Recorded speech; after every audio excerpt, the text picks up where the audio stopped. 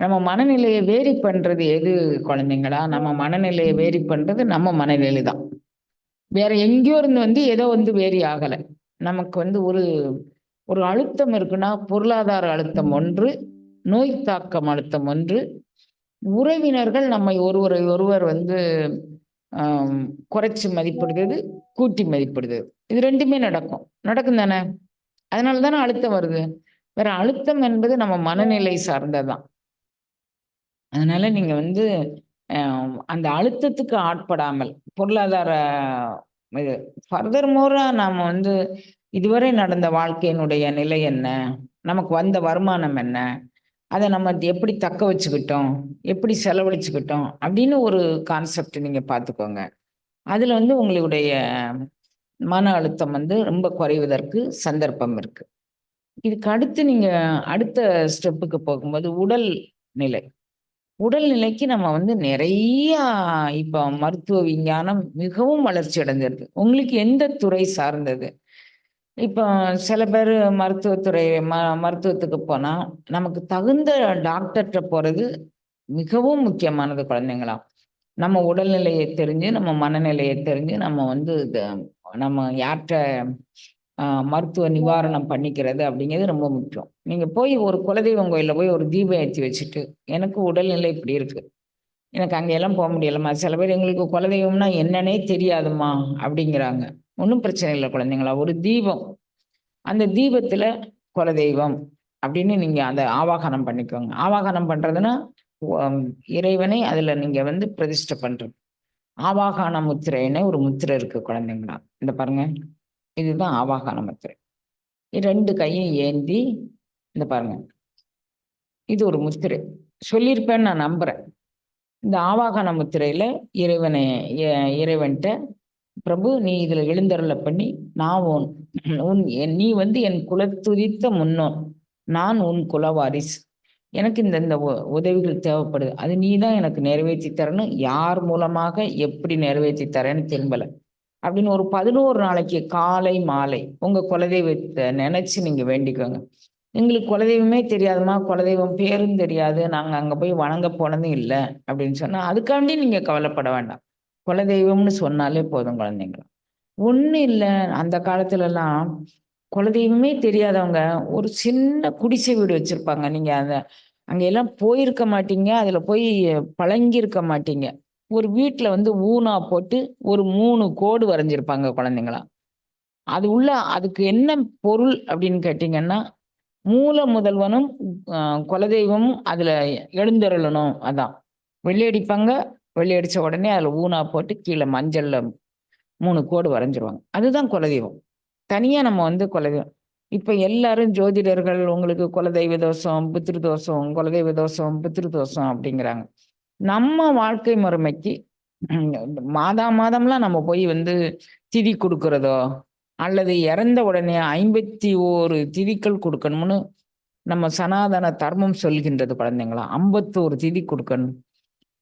நம்ம வாழ்க்கை முறைமைக்கு அதெல்லாம் சரியா வராது. நமக்கு என்ன அதனால தான் இவர் சொல்றார் பாருங்க. "ஜாதி, குலம், பிறப்பு என்னும் சுழிப்பட்டு தடுமாறும் ஆதமிலினாயே. இன்ன ஜாதிக்குள்ள இருந்தா இன்னென்ன சம்பிரதாயங்கள் கடைப்பிடிக்கப்படணும்." இன்னென்ன இப்ப எல்லாரும் லவ் பண்ணி கல்யாணம் பண்றாங்க குழந்தைங்களா. லவ் பண்ணி கல்யாணம் பண்றாங்க. அவங்க எத லவ் பண்றாங்க எனக்கு ஒண்ணுமே புரியல. ஆன்மாவும் ஆன்மாவும் விரும்புதாம். சதையும் சதையும் விரும்புதாம். உணர்வும் உணர்வும் விரும்புதா எனக்கு தெரியல. லவ் பண்றவங்க 50 ஆ 20,00,000க்கு வெள்ளி கேட்குறாங்க குழந்தைங்கலாம். லவ் பண்ணி கல்யாணம் பண்ற குழந்தைய, சொசைட்டில எனக்கு மரியாதை போயிரும் அப்படின்னு நெனச்சு அந்த தாய் தகப்பங்க கேட்டா, அவனும் ஒரு பையன், இவங்களும் ஒரு பொண்ணு. இருக்கிற சொத்த யார் அள்ளிட்டு போப்போறா? அப்படி என்ன நம்ம அ உடனே கோயிலுக்கு எழுதி குடுத்துற போறோமா? யாரும் அந்த மாரி செய்ய போறதில்ல. எவ்வளவு அடங்காத பிள்ளையானாலும், அந்த பிள்ளைங்களுக்கு தான் சொத்து குடுக்க போறோம். கோயில் சொத்தா நம்ம ஆக்க போறதில்ல. அந்த காலத்துல இருந்தாங்க. கோயில் சொத்து ஆக்குறவங்கலாம் இருந்தாங்க. ஒரு போர்ஷன்னு 6ல ஒரு பகுதி கோயிலுக்குன்னு குடுக்குறவங்க, அப்படி நெறைய இருந்தாங்க. இப்ப அப்படியெல்லாம் ஒண்ணும் கிடையாது. அவன் அடி வாங்குனானாலும் நான் அவனுக்கு தான் சொத்து குடுப்பேன். அப்படின்னு தான் நம்ம இருக்கிறோம். அப்புறம் இதுல நம்ம என்ன பண்ண போறோம்? இவங்க இந்த சொத்து யாருக்கு சேரப்போது? அப்படி நெனச்சுட்டா பிரச்சனையே இல்ல பாருங்க. 20 லட்சத்துக்கு வெள்ளி கேக்குறாங்களாம், வெள்ளி விளக்குன்னு. அப்ப இவங்க கல்யாணம் பண்ணிக்க போறது வெள்ளி விளக்க கல்யாணம் பண்ணிக்க போறாங்களா? வெள்ளிய கல்யாணம் பண்ணிக்க போறாங்களா? பொண்ண கல்யாணம் பண்ணிக்க போறாங்களா? இவங்க யாரோட குடுத்தனம் நடத்த போறாங்க? வெள்ளி கூடயா? எப்படி இவங்க இவங்க குடுத்தனம் நடத்துறதுக்கு என்ன அர்த்தம்? நமக்கு ஒண்ணுமே புரியல குழந்தைங்களா. சரி, அது ஒரு பக்கம்.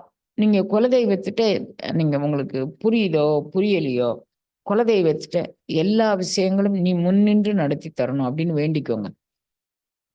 எல்லாருக்குமான பொது செய்தியா தான் நான் இத சொல்றேன். நீ முன்னின்று எனக்கு நடத்தி தரணும் அப்படின்னு வேண்டிக்கோங்க.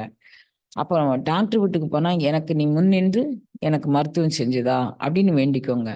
அப்போ அந்த மருத்துவ கையில இருந்து உங்களுக்கு குலதெய்வமோ, உங்க இஷ்ட தெய்வமோ வேலை செய்யும் குழந்தைங்களா. நீங்க தவறாம வேல்மாறல் படிங்க. தவறாம ஜஷ்டி கவசம் படிங்க. அவைகள் மந்திர ஆற்றல் மிக்கது. 4 நெடும்பாடல்கள் இருக்கு. உங்களுக்கு எது முடியுமோ அத செஞ்சா போதும்.